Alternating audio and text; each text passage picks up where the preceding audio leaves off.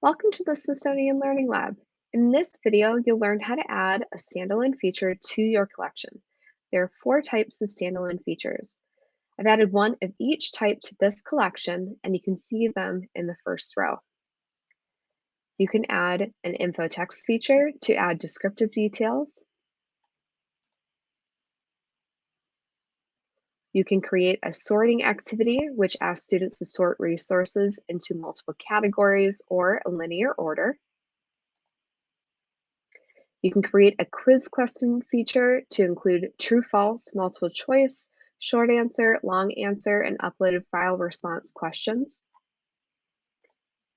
And you can create a canvas, which enables the creation of unique combinations of images, text, lines, shapes, and templates to appear as a single resource in your Learning Lab collection.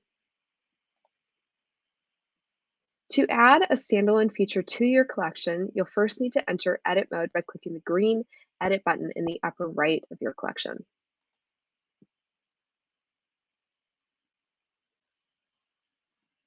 Next, click the Add a Resource button.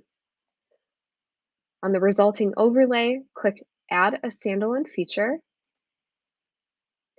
and select one of the 4 types of standalone features to add to your collection.